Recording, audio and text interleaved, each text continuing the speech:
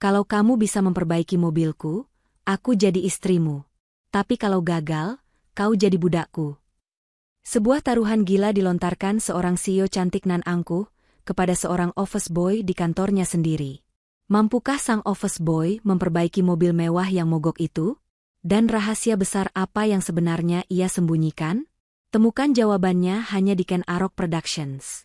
Jangan lupa untuk menekan tombol subscribe, like, dan berikan komentar Anda di bawah.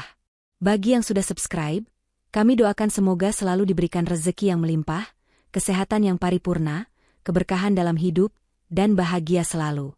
Mari kita aminkan bersama. Jangan lupa tulis di kolom komentar, kalian berasal dari daerah mana saja. Insya Allah, doa kita semua bisa terkabul dengan kehendak Tuhan, penguasa alam semesta. Selamat menyaksikan. Kisah ini dimulai di jantung kota Jakarta, di antara hutan beton pencakar langit kawasan SCBD. Disinilah berdiri megah Clarissa Tower, sebuah simbol kesuksesan dan kemewahan, markas besar dari perusahaan multinasional yang dipimpin oleh seorang wanita muda. Di dalam gedung yang berkilauan ini, setiap sudutnya memancarkan kemewahan. Lantai marmernya mengkilap bak cermin, dan aroma parfum mahal bercampur dengan aroma kopi premium dari lounge eksekutif. Di tengah kemegahan inilah, Heru, sang manajer HRD, berjalan dengan dagu terangkat. Heru adalah tipe orang yang mengukur nilai manusia dari pakaian yang mereka kenakan dan jabatan yang mereka sandang. Dan di mata Heru, Falah adalah manusia dengan nilai terendah. Falah adalah office boy baru. Perawakannya biasa saja, pakaiannya sederhana, dan sikapnya selalu pendiam. Ia adalah sebuah kontras yang nyata di tengah lingkungan yang serba gemerlap. Kehadirannya, bagi Heru, adalah sebuah noda yang merusak pemandangan. Sejak hari pertama Falah bekerja, Heru tidak pernah berhenti mencari-cari kesalahannya. "Hei kamu!" seru Heru suatu pagi di lobi, suaranya sengaja dikeraskan agar didengar oleh karyawan lain yang baru datang. "Lantai di sudut sana masih kotor. Kerja yang benar. Kamu pikir ini di mana? Karyawan di sini bukan karyawan sembarangan, mata mereka mahal. Jangan sampai pemandangan mereka terganggu melihat yang kotor-kotor." Falah, yang sedang membersihkan sisi lain, hanya menghentikan pekerjaannya sejenak. Ia menatap Heru tanpa ekspresi, lalu mengangguk pelan. Tanpa sepatah kata bantahan, ia mengambil alat pelnya dan berjalan menuju sudut yang ditunjuk Heru, membersihkannya kembali dengan lebih teliti, meskipun ia tahu area itu sudah bersih. Sikap Falah yang tidak pernah melawan, yang hanya diam dan menurut, justru membuat Heru semakin menjadi-jadi. Ia merasa menang, merasa berkuasa. Ia tidak tahu, di balik seragam office boy sederhana itu, Falah bisa saja membeli gedung Clarissa Tower beserta isinya tanpa mencicil sepeser pun. Tapi Falah sedang menjalankan sebuah misi pribadi, sebuah janji yang harus ia tuntaskan. Karena itu, ia harus bertahan, harus menjadi tidak terlihat. Pagi itu, Heru sengaja menyenggol tempat sampah kecil di dekat lift eksekutif, hingga isinya sedikit berantakan. "Falah, cepat bersihkan. Dasar tidak becus, begini saja tidak bisa rapi," bentaknya lagi. Falah datang dengan sapu dan pengki, membersihkan sampah itu tanpa suara, sementara Heru tersenyum sinis. Karyawan lain hanya bisa berbisik-bisik. Kasihan pada Falah namun terlalu takut untuk melawan Heru. Mereka tidak sadar, hari ini, hari yang berat bagi Falah ini, akan menjadi awal dari sebuah takdir yang akan mengubah nasib semua orang di lobi itu. Pagi itu, suasana lobi Clarissa Tower berjalan seperti biasanya. Sibuk, profesional, dan serba cepat. Namun, rutinitas itu seketika pecah oleh kedatangan sebuah mobil sport kuning cerah yang meluncur anggun ke area drop-off utama. Itu adalah sebuah Lamborghini Aventador, mobil yang harganya bisa membeli beberapa rumah mewah di Pondok Indah. Pintu gunting ikonik mobil itu terangkat ke atas, dan keluarlah sang pemilik, Clarissa. Ia tampak sempurna seperti biasa. Mengenakan setelan kerja putih gading yang mahal, rambut hitamnya disanggul rapi, dan tatapan matanya tajam. Clarissa adalah wanita yang terbiasa mendapatkan apa yang ia inginkan, dan ia terbiasa bergerak cepat. Ia tidak pernah menggunakan sopir pribadi. Ia percaya hanya dirinyalah yang bisa mengendalikan kecepatan dan ketepatan waktu dalam hidupnya. Pagi ini, ia terlihat lebih terburu-buru dari biasanya. Wajahnya menunjukkan sedikit ketegangan. Ia melirik jam tangan mewahnya. 30 menit lagi, investor besar dari Dubai akan tiba di ruang rapatnya. Ini adalah kesepakatan bernilai triliunan rupiah yang tidak boleh gagal. Ia baru saja akan mengunci mobilnya untuk segera berlari ke lift eksekutif, ketika ia sadar ada sesuatu yang salah. Ia harus memindahkan sedikit posisi mobilnya agar tidak menghalangi jalur. Ia pun kembali masuk ke kursi pengemudi dan memutar kunci kontak. Tidak ada jawaban. Clarissa mengerutkan kening. Ia mencobanya lagi. Tetap diam. Panel instrumen yang biasanya berpendar terang, kini berkedip-kedip tak menentu sebelum akhirnya mati total. Mobil supercar kuning seharga miliaran rupiah itu kini teronggok mati, tepat di depan pintu masuk utama Clarissa Tower, menghalangi seluruh jalur kedatangan. Semua mata di lobi, mulai dari staf keamanan, karyawan yang baru datang, hingga para manajer, kini tertuju padanya. Pemandangan seorang CEO yang terjebak di dalam mobil mewahnya sendiri yang mogok adalah sesuatu yang langka. Heru, sang manajer HRD, yang kebetulan sedang berada di lobi, segera melihat ini sebagai kesempatan. Ia bergegas menghampiri mobil itu, berpura-pura siap membantu. Di sudut lain, di dekat pilar besar, Falah, sang office boy, menghentikan pekerjaannya mengelap kaca. Ia mengamati mobil itu dari kejauhan. Matanya yang biasanya tenang, kini terlihat sedikit menyipit, menganalisis situasi dengan cara yang tidak seorang pun duga. Wajah Clarissa yang biasanya seputih porselen, kini memerah pada menahan amarah dan malu. Ia memukul setir mobilnya. Sekali. Keras. Tidak. Tidak hari ini. Bukan saat investor dari Dubai sudah hampir tiba. Ini bukan sekadar rapat. Ini adalah pertaruhan reputasi perusahaan yang telah ia bangun dengan susah payah. Citranya sebagai pemimpin yang sempurna, yang selalu memegang kendali, kini terancam hancur di depan puluhan karyawannya sendiri. Heru, sang manajer HRD, tiba di samping mobil, napasnya sedikit terengah, berusaha menunjukkan kepedulian. Ibu Clarissa, tenang, Bu. Tenang. Biar saya segera panggil layanan derek resmi. Clarissa keluar dari mobil, pintu gunting itu terasa berat tanpa daya listrik. Ia menatap Heru dengan mata menyala. Derek? Suaranya meninggi, nyaris berteriak.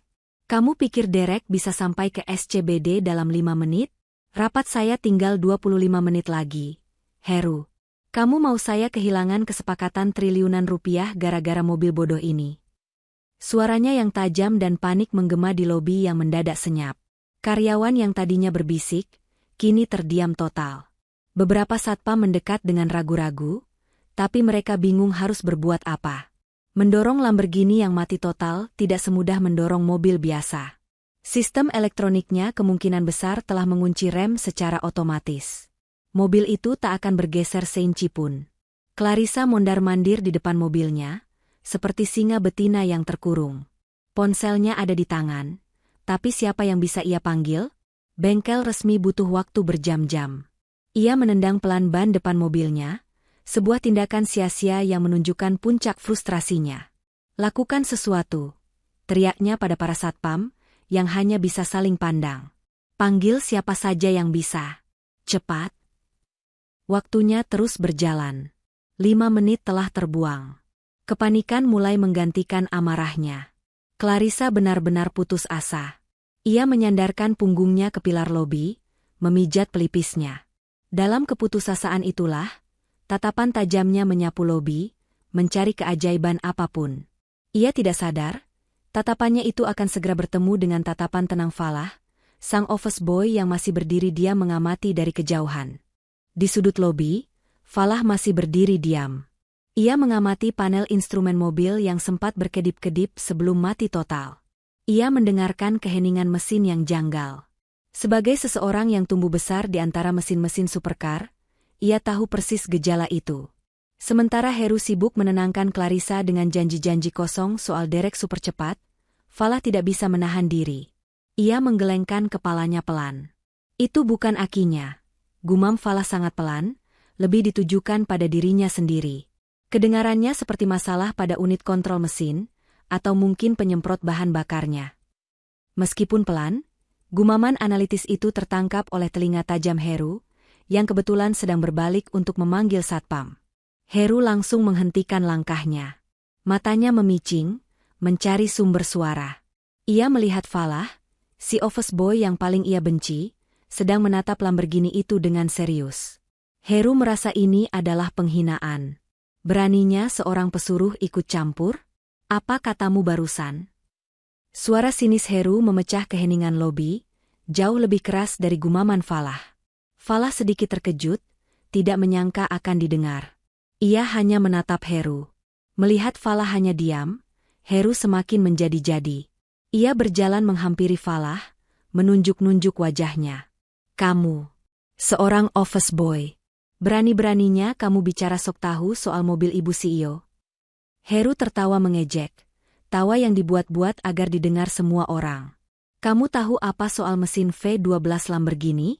Kamu bisa bedakan mana obeng mana kunci pas saja sudah bagus. Karyawan rendahan sepertimu jangan ikut campur urusan penting. Falah tetap diam, wajahnya tenang, yang entah kenapa semakin membuat Heru kesal. Dengar ya, bentak Heru lagi. Tugasmu itu mengelap lantai, bukan memberi komentar soal mesin. Kamu cuma bikin masalah tambah rumit dan mempermalukan perusahaan. Heru kemudian mendorong bahu Falah. Sekarang, kembali ke pekerjaanmu. Cepat ambil alat pelmu dan pergi dari sini. Jangan sampai Ibu Clarissa melihat wajahmu yang tidak becus itu. Keributan yang sengaja diciptakan Heru ini berhasil mencapai tujuannya. Clarissa, yang tadinya sedang pusing bersandar di pilar, akhirnya mengangkat kepalanya.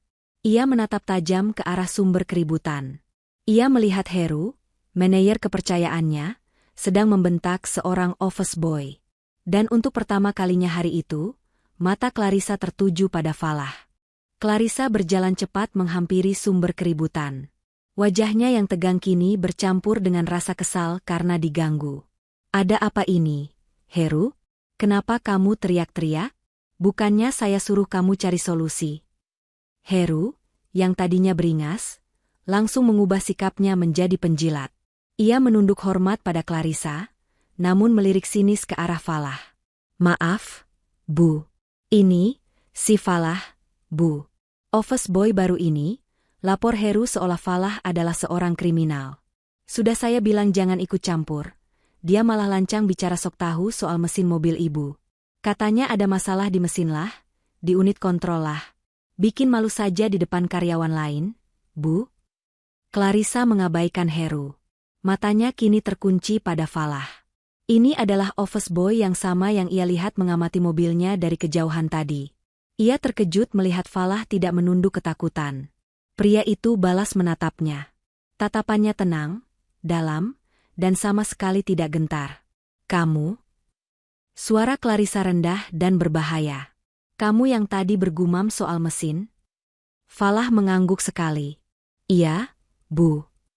Jawaban singkat yang penuh percaya diri itu membuat Clarissa semakin terkejut. Kamu pikir, kamu bisa memperbaikinya? Sebelum Falah sempat menjawab, Heru buru-buru menyela. Ah, tidak mungkin, Bu.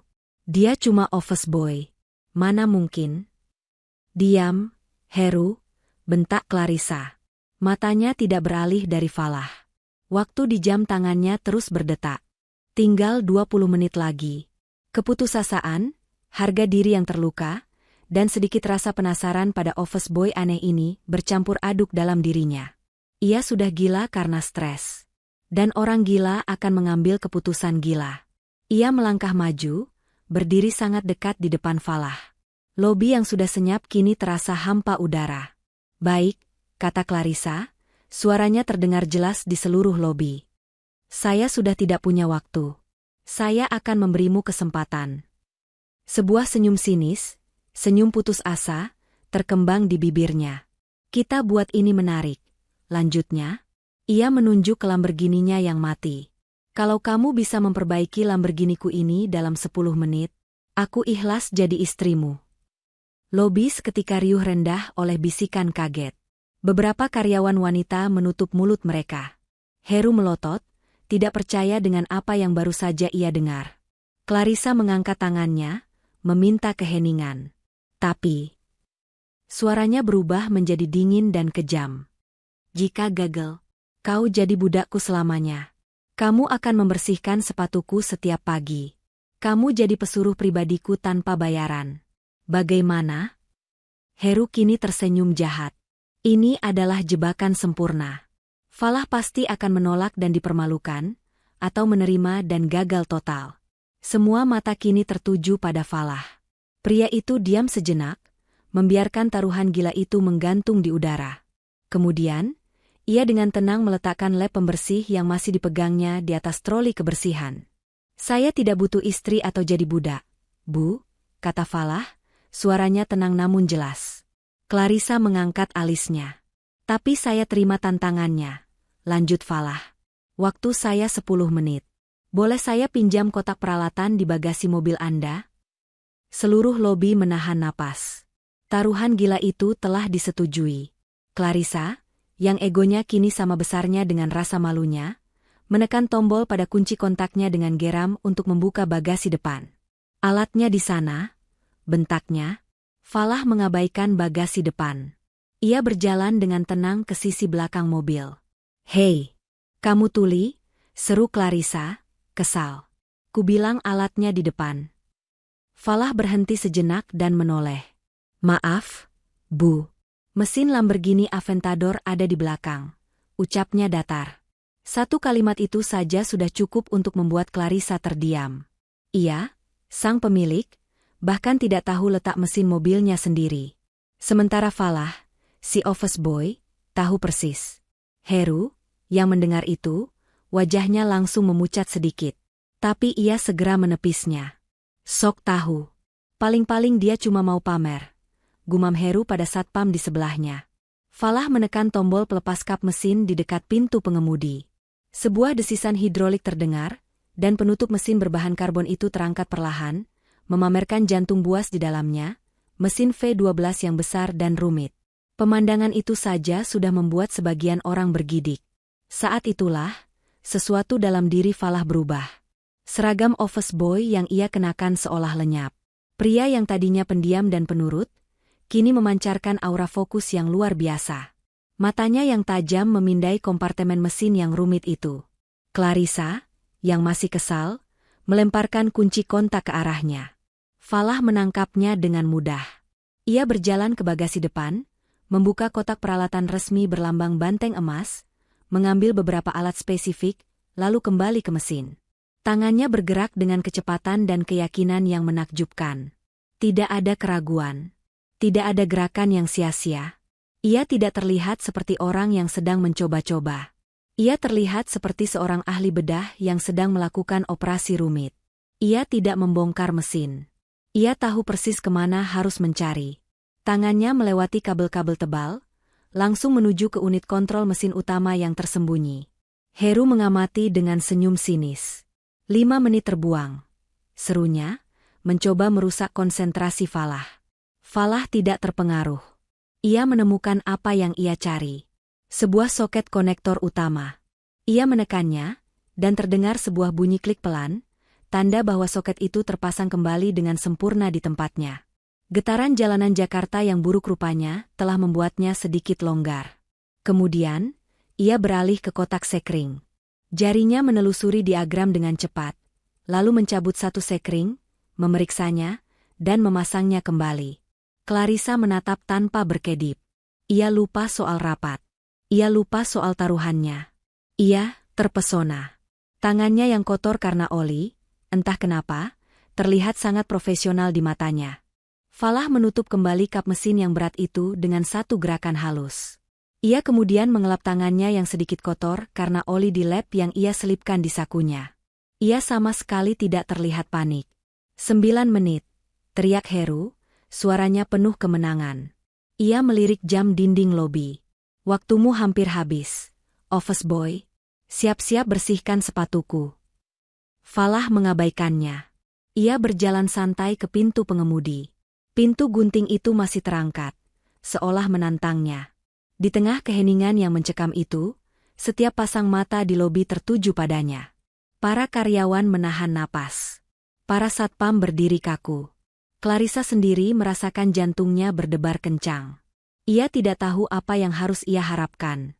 Separuh dirinya ingin pria ini gagal, agar harga dirinya terselamatkan dari taruhan konyol itu. Namun separuh dirinya yang lain, entah kenapa, sangat ingin melihat pria ini berhasil. Falah duduk di kursi pengemudi yang berlapis kulit mahal. Interior mobil itu lebih mirip kokpit pesawat tempur daripada mobil. Tapi Falah terlihat sangat nyaman, seolah ia dilahirkan di sana. Tangannya tidak meraih kunci kontak. Sebaliknya, ia mengulurkan jari telunjuknya ke konsol tengah. Ia mengangkat sebuah penutup kecil berwarna merah, yang dirancang seperti tombol peluncur rudal. Di baliknya, ada tombol start-stop. Heru hendak tertawa lagi, mengira Falah sedang bermain-main.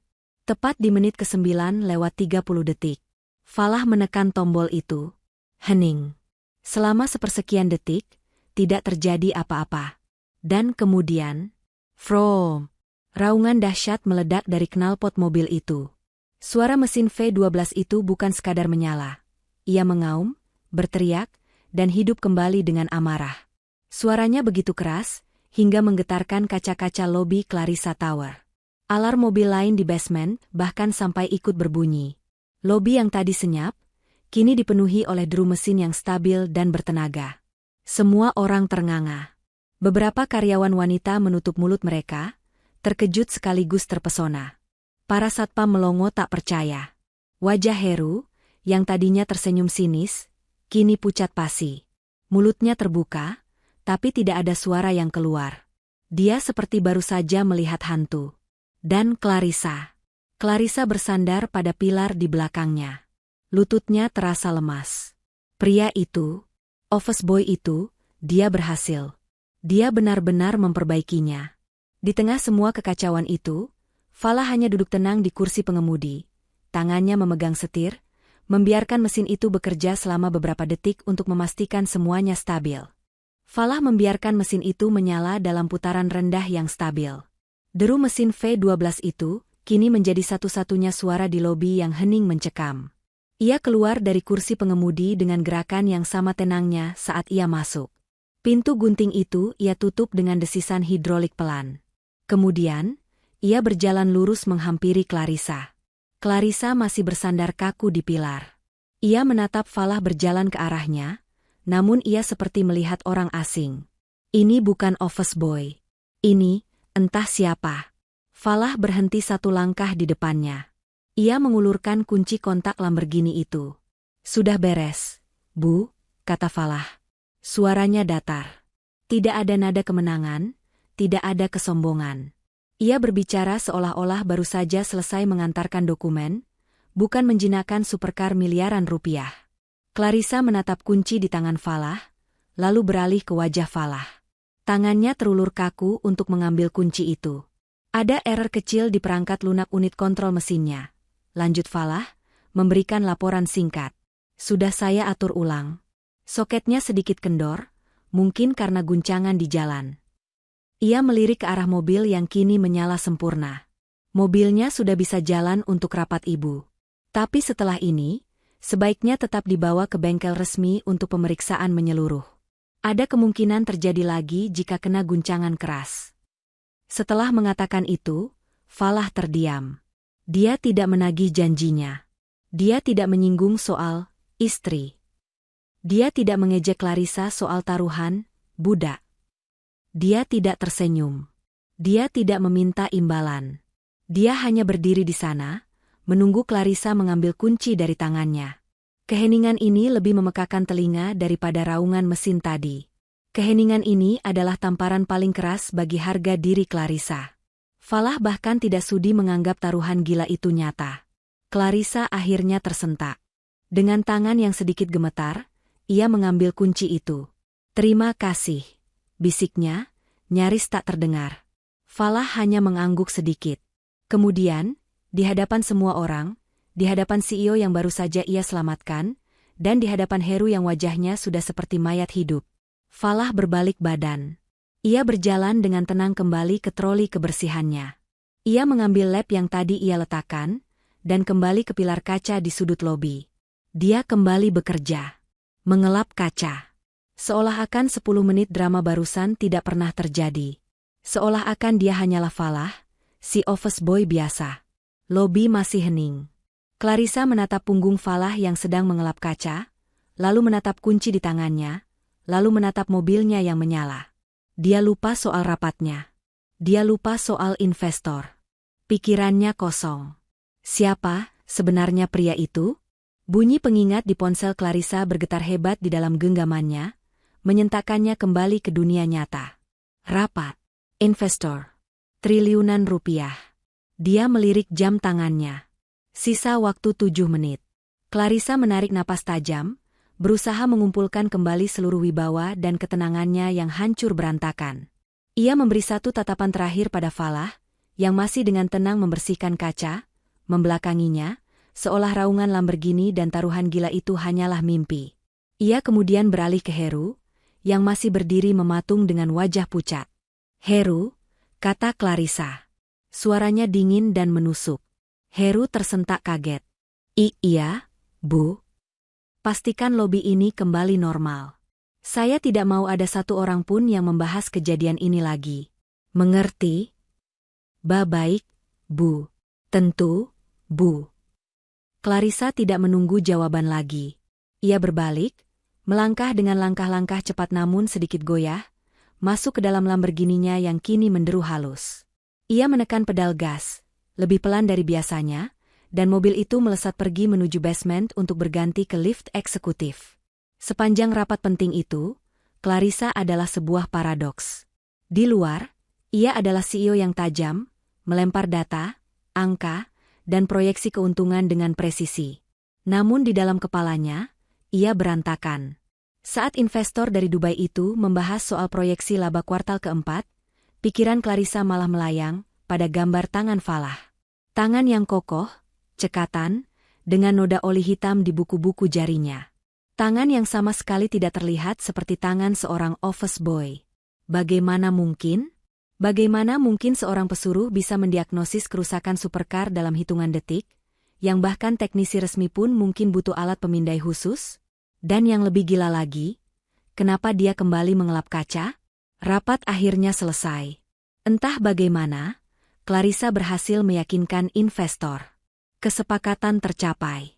Tapi Clarissa tidak merasa menang. Ada sebuah masalah yang belum selesai. Begitu ia kembali ke ruang kantornya di lantai paling atas, hal pertama yang ia lakukan bukanlah merayakan kesepakatan. Ia menekan tombol intercom di mejanya. "Rina," panggilnya pada asisten pribadinya. "Saya mau lihat berkas data pribadi karyawan atas nama Falah. Office boy baru. Bawa ke ruangan saya. Sekarang." 5 menit kemudian, Rina masuk dengan sebuah map tipis. Clarissa mengambilnya dengan tidak sabar. Ia membukanya. Dan keningnya berkerut semakin dalam. Berkas itu, kosong. Hampir kosong. Nama, Falah. Alamat, satu baris alamat rumah kos sederhana di daerah Kebayoran Lama. Pendidikan terakhir, SMA Negeri 34 Jakarta. Kontak darurat, kosong. Pengalaman kerja, kosong. Clarissa melempar map itu ke atas meja. Ini konyol. Ini adalah sebuah kebohongan.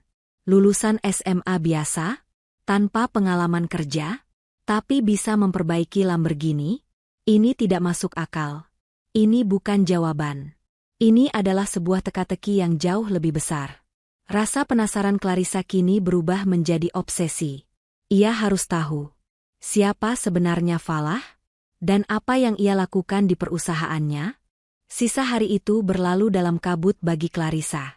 Rapat-rapat berikutnya terasa hambar. Ia menandatangani dokumen tanpa benar-benar membacanya. Pikirannya terus-menerus kembali ke lobi.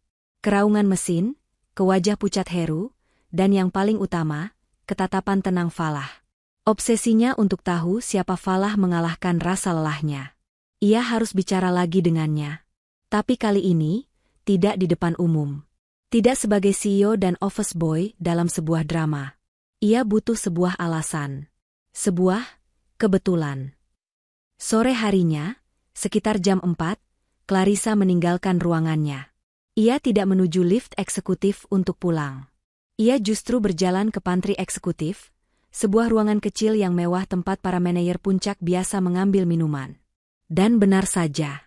Di sana, Sendirian, Falah sedang bekerja. Ia tidak sedang mengepel. Ia sedang dengan teliti membersihkan mesin pembuat kopi otomatis yang harganya puluhan juta rupiah. Gerakannya sama persis seperti di lobi tadi pagi. Teliti, efisien, dan sangat profesional. Clarissa berdeham pelan. Falah. Falah berhenti bekerja dan berbalik. Ia tidak terlihat kaget. Sore, Bu Clarissa. Ada yang bisa saya bantu? Tanyanya, suaranya tetap sopan dan formal. Clarissa merasa sedikit canggung. Ini adalah wilayahnya, tapi entah kenapa ia merasa seperti tamu. Saya mau ambil kopi, katanya, berjalan menuju mesin pembuat kopi. Biar saya buatkan, Bu, tawar Falah. Tidak usah. Saya bisa sendiri, tolak Clarissa, sedikit terlalu cepat. Ia pura-pura menekan beberapa tombol di mesin itu. Ia adalah seorang CEO brilian, tapi ia tidak pernah mengoperasikan mesin itu seumur hidupnya. Tentu saja, kopi yang ia harapkan tidak keluar. Falah mengamati dalam diam selama beberapa detik. Maaf, Bu.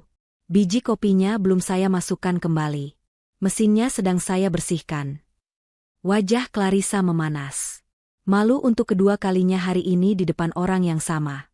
Biar saya buatkan manual, kata Falah. Ia berbalik, mengambil French press kaca, menuangkan bubuk kopi premium, dan menuangkan air panas dengan gerakan memutar yang sangat presisi.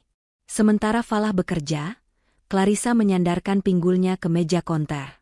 Inilah kesempatannya. Soal tadi pagi. Ia memulai. Falah tidak menoleh. Ia masih fokus pada kopi. Saya hanya menjalankan tugas saya, Bu. Tugasmu?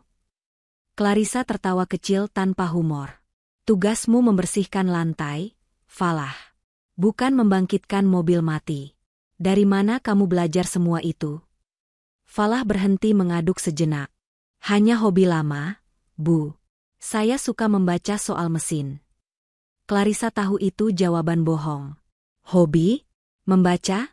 Tanyanya, suaranya penuh selidik. Kamu menangani mesin V12 seharga miliaran rupiah itu, seperti sedang memperbaiki mainan anak-anak. Itu bukan hobi. Katakan padaku yang sebenarnya. Falah selesai menuangkan kopi ke dalam cangkir porselen mahal.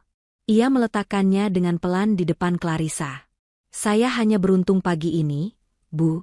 Kebetulan masalahnya sepele, katanya, menghindari tatapan Clarissa. Clarissa menyerah untuk saat ini. Ia mengambil cangkir itu dan menyesapnya. Matanya seketika melebar. Kopi itu sempurna.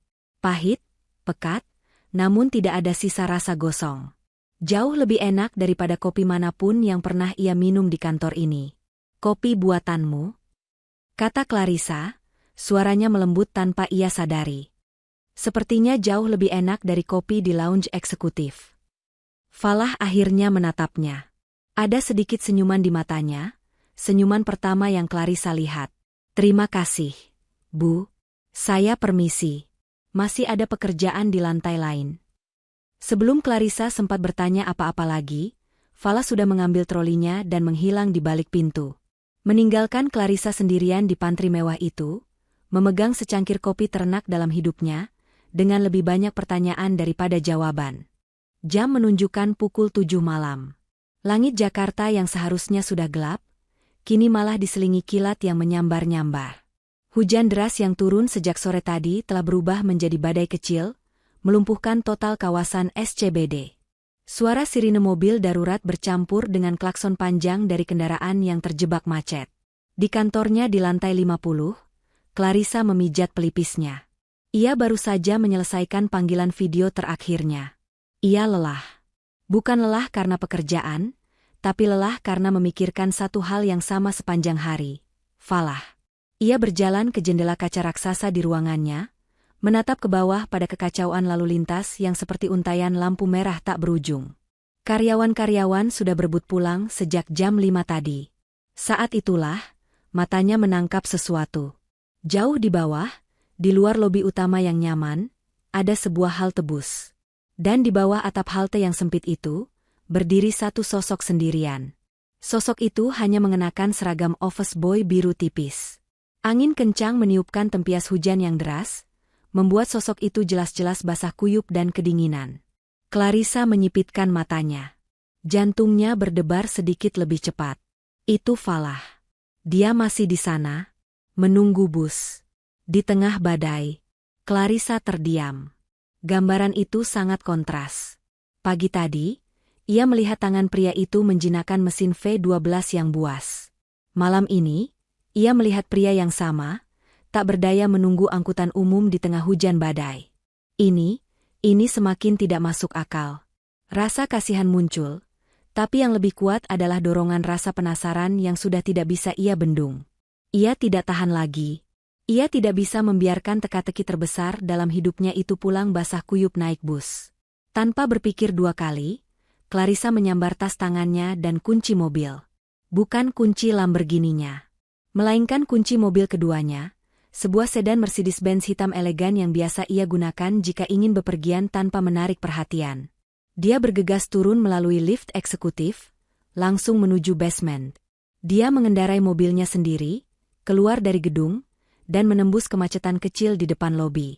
Dia menepikan mobilnya tepat di depan halte bus, membuat genangan air sedikit terciprat. Kaca jendela di sisi penumpang ia turunkan. Falah, panggilnya, suaranya harus sedikit keras melawan deru hujan. Falah, yang sedang menatap kosong ke arah kemacetan, menoleh. Ia tampak terkejut melihat mobil mewah itu berhenti tepat di depannya. Lebih terkejut lagi saat melihat siapa yang ada di balik kemudi. Dia melihat Clarissa, sang CEO, menatapnya tajam. "Masuk," kata Clarissa. Nadanya tegas, lebih mirip perintah daripada tawaran. "Biar aku antar pulang. Jangan membantah, di luar hujan deras." Falah menatap Clarissa di dalam mobil yang hangat dan kering. Lalu ia menatap seragamnya yang sudah lembab dan kotor. Ia ragu sejenak. "Cepat masuk, Falah. Kamu mau mati kedinginan di situ?" desak Clarissa, sedikit tidak sabar. Akhirnya, Falah mengangguk pelan. Ia membuka pintu mobil yang berat itu dan melangkah masuk, membawa serta aroma hujan dan udara dingin malam bersamanya. Interior sedan Mercedes-Benz itu senyap dan mewah. Kontras sekali dengan badai yang mengamuk di luar. Hanya terdengar suara ritmis penggesek kaca wiper dan deru hujan yang deras. Falah duduk kaku di kursi penumpang. Ia berusaha sebisa mungkin untuk tidak menyandarkan punggungnya yang basah ke jok kulit mahal berwarna krem itu. Clarissa memegang setir, menatap nanar lautan lampu merah di depannya. Mereka terjebak. Total. Kemacetan Jakarta di jam pulang kerja, diperparah oleh hujan badai, telah mengunci kawasan itu. "Kita akan terjebak di sini berjam-jam," kata Clarissa, lebih pada dirinya sendiri. Keheningan di antara mereka mulai terasa canggung, lebih canggung daripada pertemuan di pantry tadi. Ia menoleh ke Falah. Pria itu hanya menatap lurus ke depan. "Kamu tinggal di mana, Falah?" Falah menyebutkan alamat rumah kosnya di daerah Kebayoran Lama. Clarissa mendesah. "Masih jauh. Kita tidak akan sampai sana sebelum tengah malam kalau begini." Tiba-tiba, perut Clarissa berbunyi pelan. Bunyi yang sangat tidak anggun di tengah keheningan itu. Ia menahan malu. Ia sadar, saking sibuknya memikirkan Falah, ia melewatkan makan malam. "Kamu sudah makan?" tanya Clarissa, mencoba mengalihkan kecanggungan. Falah menggeleng. "Belum, Bu. Tapi tidak apa-apa, saya sudah biasa." "Jangan panggil saya, Bu, di luar kantor," potong Clarissa, nadanya sedikit kesal. "Panggil saya Clarissa." Falah tampak terkejut. "Baik, Bu, Clarissa." Clarissa kembali menatap jalanan yang tak bergerak. "Saya lapar," akunya terus terang. "Ada tempat sederhana di sekitar sini? Saya tidak mau kembali ke restoran mahal di SCBD." Falah terdiam sejenak, memindai ruko-ruko di pinggir jalan yang basah. Di tikungan depan, ada kedai kopi tua. Namanya, Kopi Sederhana. Bukan kafe mahal. Tapi kopi susu dan pisang gorengnya enak. Mereka juga sedia mie instan. Clarissa, dalam dorongan impulsif yang sama seperti saat ia menawarkan taruhan gila, langsung memberi isyarat lampu sen ke kiri. "Bagus. Kita ke sana," putusnya. Dia berhasil memarkirkan sedannya yang berkilauan di depan sebuah kedai kecil yang beruap. Tempat itu tampak kuno, dengan ubin lantai yang sudah pudar dan kursi-kursi kayu sederhana. Begitu mereka berdua berlari kecil menembus hujan dan masuk ke dalam, semua aktivitas di kedai itu terhenti. Para pengunjung, beberapa pengemudi ojek daring yang berteduh, mahasiswa, dan bapak-bapak, langsung menatap Clarissa. Dengan setelan kerjanya yang mahal, tas bermerek, dan aura mewahnya, Clarissa terlihat seperti makhluk dari planet lain yang mendarat di sana. Clarissa merasa sangat tidak pada tempatnya. Ia berdiri kaku di dekat pintu. Namun Falah, sebaliknya, terlihat sangat nyaman. Ia tersenyum pada bapak-bapak pemilik kedai. "Pak D, seperti biasa ya, 2. Pisang gorengnya masih ada." Pemilik kedai itu tertawa. "Oh, dan Falah. Siap. Masih panas ini." Falah kemudian menoleh ke Clarissa dan memberi isyarat ke meja kosong di sudut. "Duduk, Clarissa. Di sana lumayan kering." Clarissa, dengan canggung, duduk di kursi kayu itu. Falah kembali membawa 2 cangkir kaleng berisi kopi susu panas, dan sepiring pisang goreng yang masih mengepul. Ini adalah kencan pertama Clarissa. Dan itu terjadi di sebuah kedai kopi sederhana di tengah hujan badai, bersama seorang office boy misterius. Dan entah kenapa, ia sama sekali tidak ingin berada di tempat lain. Hari-hari berikutnya, suasana di Clarissa Tower sedikit berubah. Sesuatu yang tak terucapkan telah bergeser. Heru adalah orang pertama yang merasakannya. Dia bukanlah orang yang bodoh. Dia adalah pengamat yang ulung, terutama jika menyangkut atasannya, Clarissa. Dia memperhatikan. Dia melihat bagaimana Clarissa sekarang, secara kebetulan, selalu muncul di pantry eksekutif tepat pada jam Falah sedang mengisi ulang mesin kopi. Dia melihat bagaimana Clarissa tidak lagi memanggil Falah dengan nada memerintah, melainkan dengan sesuatu yang lain. Puncaknya adalah 2 hari setelah badai. Heru, melalui rekaman kamera keamanan lobi, yang ia periksa dengan dalih keamanan, melihat semuanya. Dia melihat Clarissa mengendarai sendiri sedan Mercedesnya, menepi di halte bus, dan Falah masuk ke dalam mobil itu. Darah Heru mendidih. Malam itu, dia bahkan melihat mereka berdua kembali ke basement parkir, tertawa kecil saat keluar dari mobil. Tertawa? Seorang CEO tertawa bersama seorang office boy rendahan? Di dalam mobilnya sendiri? Setelah ngopi bareng. Entah di mana? Bagi Heru, ini bukan lagi soal Falah yang sok tahu. Ini adalah penghinaan pribadi. Pria yang ia anggap sampah, kini telah mencuri perhatian dari wanita yang paling ia kagumi di dunia. Falah harus disingkirkan. Bukan hanya dipecat, tapi dihancurkan. Kesempatan emas itu datang seminggu kemudian. Seorang tamu VIP yang sangat penting, Tuan Hashim, salah satu investor dari Dubai yang tempo hari nyaris ia temui, datang untuk rapat lanjutan. Rapat berjalan lancar, dan Tuan Hashim pamit dari ruangan Clarissa untuk pergi ke toilet eksekutif sebelum menuju bandara. 10 menit kemudian, kekacauan terjadi. Tuan Hashim kembali ke ruang rapat Clarissa, tapi kali ini wajahnya merah padam karena marah.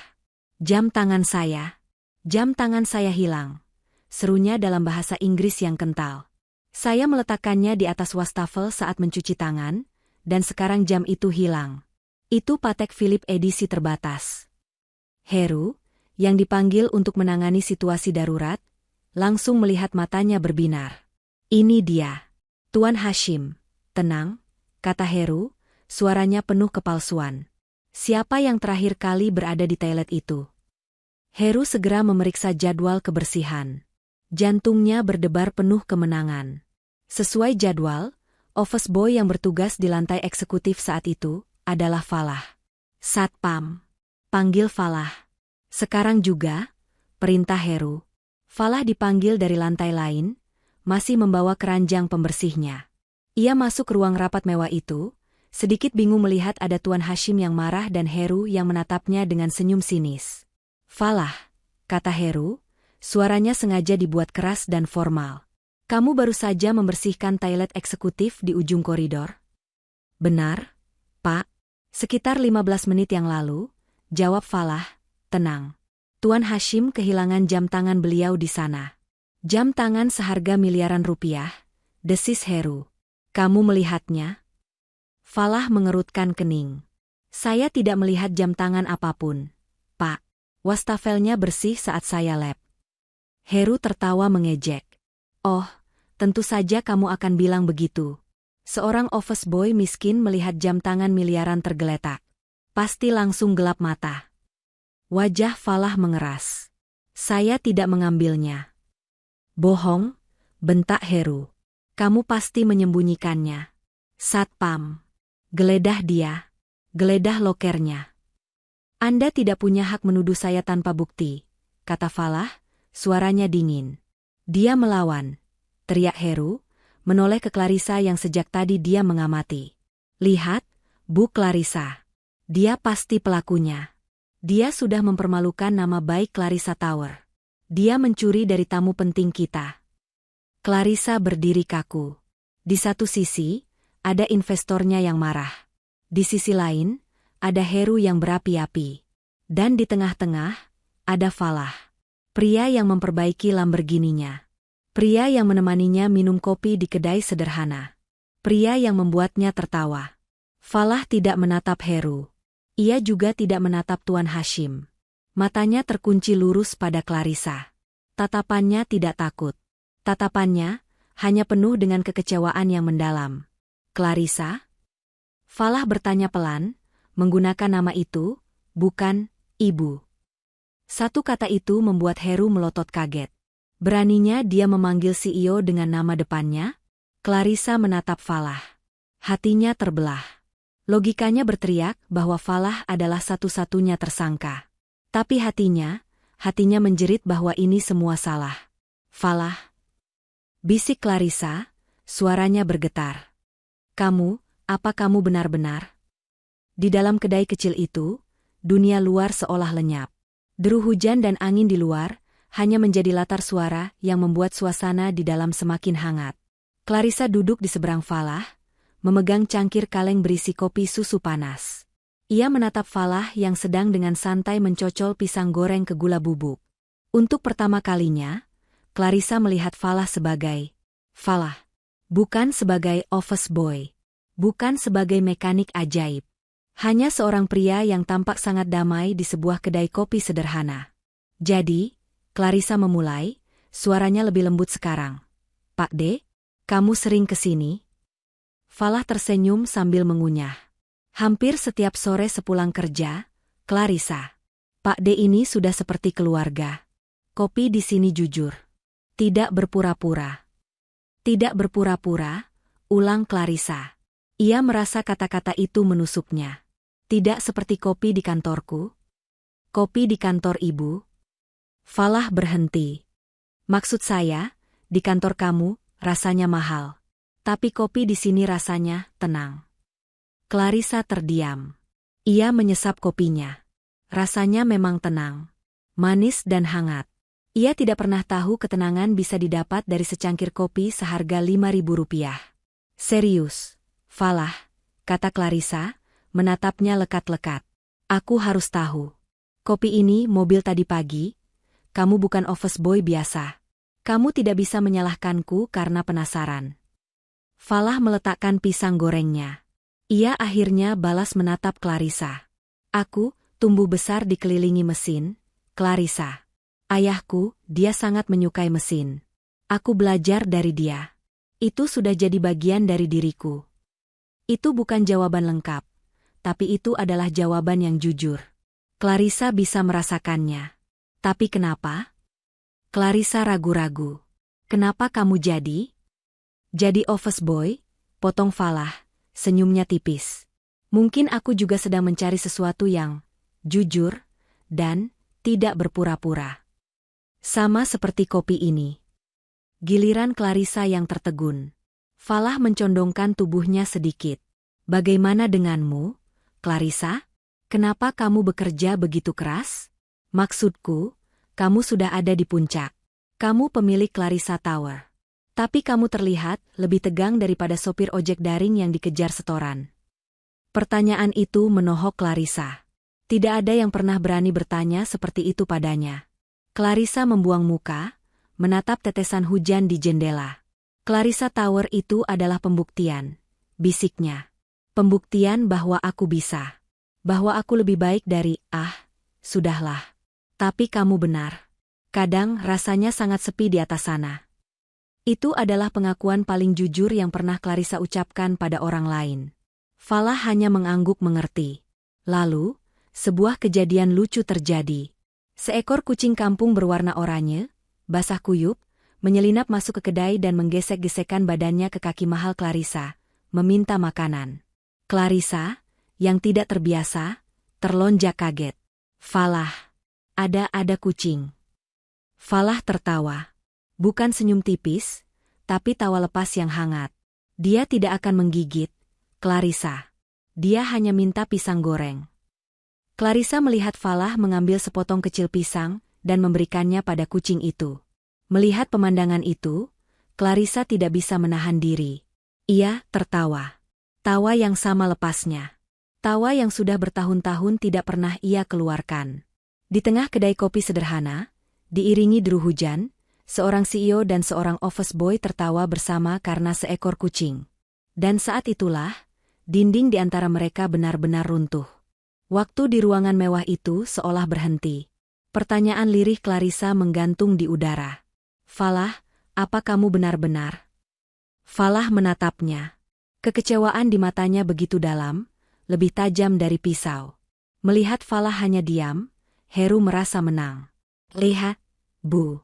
Dia tidak bisa menjawab, teriak Heru penuh kemenangan. Dia memanggil nama ibu seenaknya. Dia sudah menipu kita semua. Satpam. Tangkap dia. Bawa dia ke kantor polisi. Dua orang satpam bertubuh besar melangkah maju. Tangan mereka terulur hendak mencengkeram lengan Falah. Tunggu. Satu kata itu diucapkan Falah. Suaranya tidak keras, tapi penuh dengan otoritas yang dingin dan mutlak. Aura seorang office boy yang pendiam lenyap seketika, digantikan oleh wibawa seorang raja. Kedua satpam itu, entah kenapa, berhenti melangkah. Tepat pada saat genting itu, pintu ruang rapat terbuka kasar. Rina, asisten Clarissa, masuk dengan wajah panik, napasnya terengah-engah. Maaf, Bu Clarissa, maaf memotong, tapi ada seorang bapak di lobi. Beliau memaksa naik. Satpam tidak bisa menahannya. Dia bilang ini soal putranya dan Tuan Hashim. Sebelum Rina selesai bicara, seorang pria tua yang sangat berwibawa melangkah masuk ruangan. Ia mengenakan setelan jas buatan Italia yang harganya mungkin setara dengan gaji Heru selama setahun. Wajahnya tenang namun mengintimidasi. Tuan Hashim, sang investor yang tadi marah-marah, matanya langsung melebar kaget. Pak Hartono, sapanya, nada marahnya langsung hilang, digantikan nada hormat. Heru bingung. Maaf, Bapak ini siapa? Ini ada urusan internal perusahaan, sedang terjadi pencurian. Pak Hartono mengabaikan Heru sepenuhnya. Ia menatap Tuan Hashim. Hashim, saya tidak tahu Anda ada di Jakarta. Saya kesini menjemput putra saya. Dia sudah terlalu lama bermain. Tatapan Pak Hartono kemudian beralih lurus ke Falah.